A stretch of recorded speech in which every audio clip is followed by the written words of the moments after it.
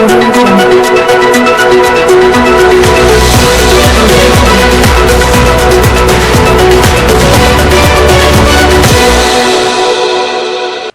the weekend, there was a town hall meeting for the presidential candidates. How did it go down? We'll find out soon. This is our discussion today. My name is ADS. Now, check out this little altercation that happened in this meeting. Watch. Very quickly.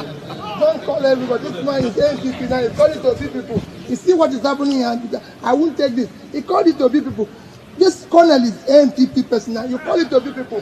Stop that, please. You did. Stop that. I'm taking a lot from you here. What is what? Why are you always calling me? Very quickly. I just want to make you all realize. That was Peter Obi and Dino Melaye. I guess you are not ready for this discussion. Stay with me. The presidential town hall meeting was organized by Arise Television and the Center for Democracy and Development, CDD, in partnership with Vanguard Newspapers, Premium Times, Nigerian Guild of Editors, NGE, and the Nigerian Union of Journalists, NUJ. As usual, the candidates of the All Progressive Congress, APC, Bola Ahmed Tinubu, and his running mate, Kashim Shettima, were absent. According to the spokesperson of the APC Presidential Council, Festus Keyamo, here is the reason why the party was not represented at the meeting. Keyamo said, firstly, many radio and TV networks in Nigeria have indicated interest to host such debates, and out of deference to other TV and radio stations, our candidates will not be making selective appearances in some networks, which ignoring others. As President of Nigeria, by the special grace of God, he intends to treat all persons and businesses fairly and equally. Secondly, the busy and hectic campaign schedule of Asiwaju Tinubu will not permit him to honor all such invitations by different radio and TV networks. Hence our decision for him not to start with one TV station and later ignore others. Which we thank Arise TV for the invitation. We want to assure Nigerians that we shall continue to hold these debate groups and Nigerians in high esteem.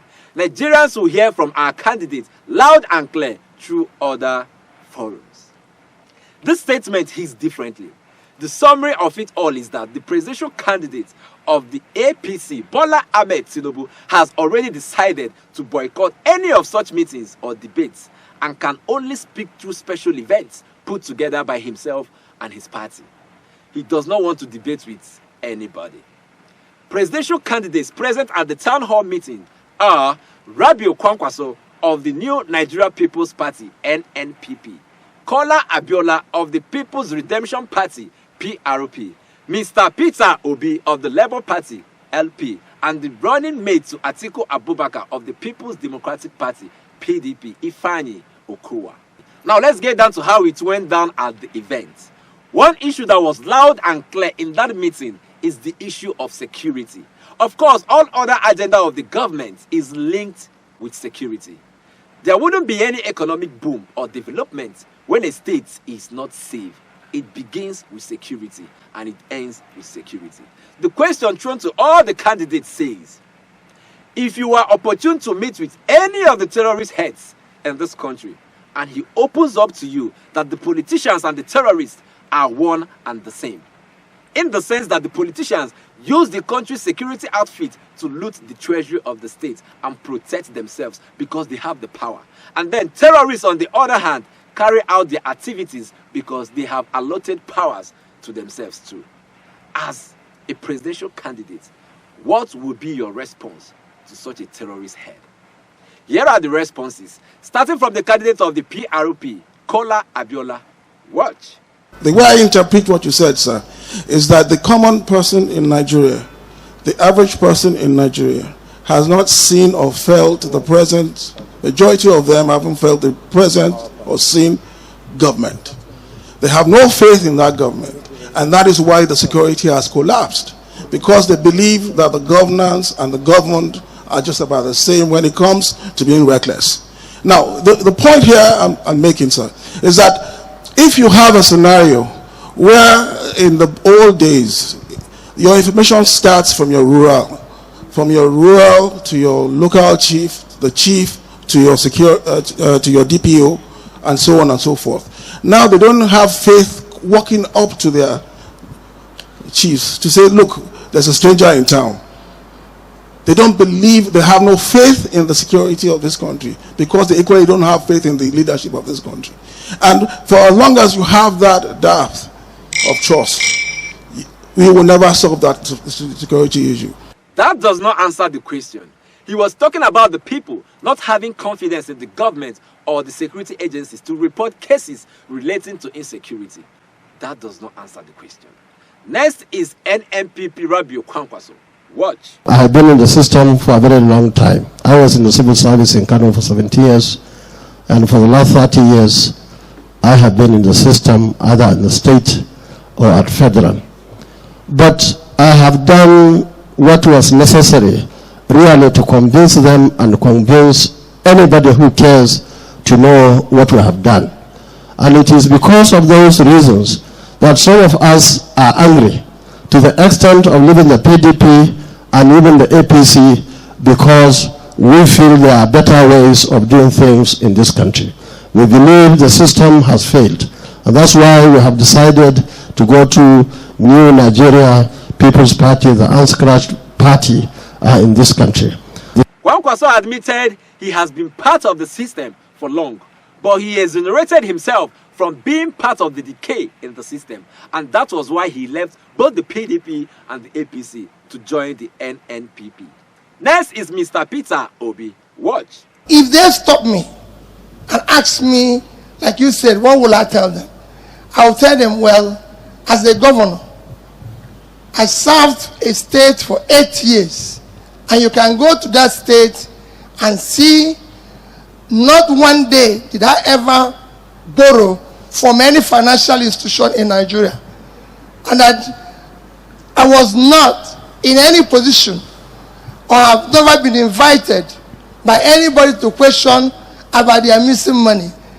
The day I left office, I wasn't owing any contractor that have delivered this project. I wasn't owing any supplier that have delivered. I was not owing pension, gratuity, salary, or anybody. And I can say that in 3 banks in Nigeria, Access Bank, Fidelity Bank, and Diamond Bank, I left in each $50 million, over 10 billion naira for the state. So if they meet me, I'll be able to account for myself and say, I've never borrowed, I've served faithfully, and I left their money. So I'm like them. I'm as angry as they are. That we must be able to chase out those who, where they've passed, nobody can account of what they were given. That is what we want to do. Thank you. Peter Obi said he would tell the terrorist head to check out his antecedents in Anambra State. How he never joked with public funds, never owed anybody, and also secured the state. He also made mention of saving money for the state. Next is Ifeanyi Okowa, representing Atiku Abubakar of the PDP. Watch. If I were to have the opportunity of sitting down with them, is to let them know that there is hope for Nigeria going into the future. In my state, Delta State used to be very troubled, especially in the oil-producing areas. It was always a place of constant agitation. But we took development to them. We recreated the economy. We grew. We have continued to grow entrepreneurs. If you go into the riverine areas of Delta State today, you see a lot of development. They now have livable towns, and the people are convinced, and they can see hope, and they are partnering with government. And it's important to ensure that we drive governance in this state. I don't want to know whether, I don't want to believe that in the midst of scarcity and infrastructure deficit, that what we need to do is to continue to leave money in governance. I don't think that's the pathway to go, because it's only man when people don't have roads to ply on, when the educational system is still in shambles, when the health sector is in trouble, and you say you have excessive money in this country at this time to continue to save it when the money is depreciating by the day. That's not the right path to go. The right part is to ensure that you use the money for the development of the people, to create entrepreneurs, to create jobs for the people, to create the enabling environment for industries to grow. This is the right thing to do. So we must be cautious, the kind of language you pass on to Nigerians. When you're talking about developed clients, it's different. Because they've gone through all this, so they are going through, they have monies that they can save. But at the moment, in a depreciating situation, you can't continue to save when that money is needed to grow the economy and to make the people have livable conditions. So it's important that we are careful about the narratives that we pass on to Nigerians. Ifeanyi Okowa said he will tell the terrorist head that there is hope for the future. He said to counter terrorism and other social vices, then there must be job creation and empowerment. He ended with shading Mr. Peter Obi for saving money when there are things he could do with the money to better the lives of his people. That is it from the presidential candidates that made themselves available for this meeting. I hope the APC will fully and duly be represented during the presidential debate coming up on the 15th of this month. Nobody is bigger than the Nigerian people. If you want to lead us, then you must make yourself available for interview. Come next election, we will vote wisely and we will vote the right person, the right candidate. I will see you again. Please subscribe to this news channel. Let me be your news blog and I'll keep you updated.